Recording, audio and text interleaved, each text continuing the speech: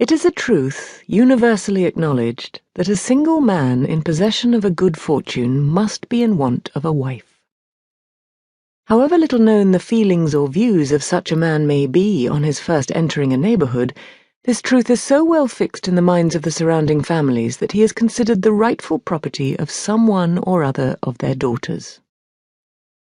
"My dear Mr. Bennet," said his lady to him one day, "have you heard that Netherfield Park is let at last?" Mr. Bennet replied that he had not. "But it is," returned she, "for Mrs. Long has just been here and she told me all about it." Mr. Bennet made no answer. "Do you not want to know who has taken it?" cried his wife impatiently. "You want to tell me, and I have no objection to hearing it." This was invitation enough. "Why, my dear, you must know. Mrs. Long says that Netherfield is taken by a young man of large fortune from the north of England, that he came down on Monday in a chaise and four to see the place, and was so much delighted with it that he agreed with Mr. Morris immediately, that he is to take possession before Michaelmas, and some of his servants are to be in the house by the end of next week." "What is his name?" "Bingley." "Is he married or single?" "Oh, single, my dear, to be sure. A single man of large fortune, 4,000 or 5,000 a year. What a fine thing for our girls." "How so? How can it affect them?"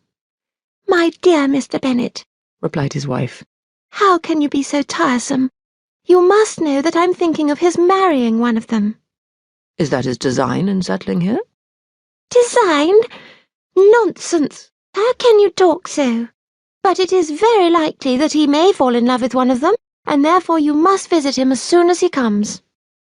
"I see no occasion for that.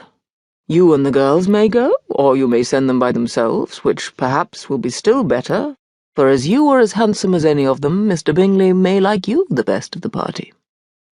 "My dear, you flatter me. I certainly have had my share of beauty, but I do not pretend to be anything extraordinary now.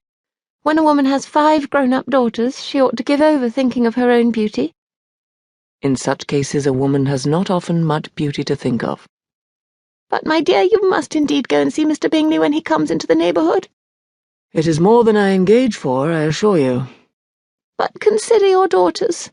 Only think what an establishment it would be for one of them.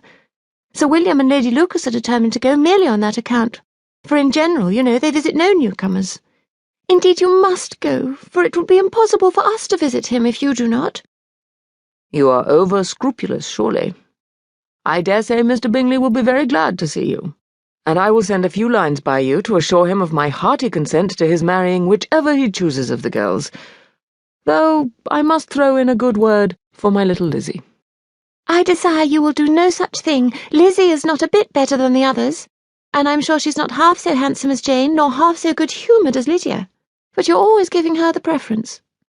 "They have none of them much to recommend them," replied he. "They are all silly and ignorant like other girls, but Lizzie has something more of quickness than her sisters." "Mr. Bennet, how can you abuse your own children in such a way? You take delight in vexing me. You have no compassion for my poor nerves." "You mistake me, my dear. I have a high respect for your nerves. They are my old friends. I have heard you mention them with consideration these last 20 years, at least." "Oh, you do not know what I suffer." "But I hope you will get over it, and live to see many young men of 4,000 a year come into the neighbourhood." "It will be no use to us if 20 such should come, since you will not visit them." "Depend upon it, my dear, that when there are 20, I will visit them all." Mr. Bennet was so odd a mixture of quick parts, sarcastic humour, reserve and caprice, that the experience of 23 years had been insufficient to make his wife understand his character. Her mind was less difficult to develop. She was a woman of mean understanding, little information, and uncertain temper. When she was discontented, she fancied herself nervous.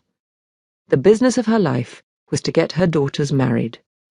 Its solace was visiting and news.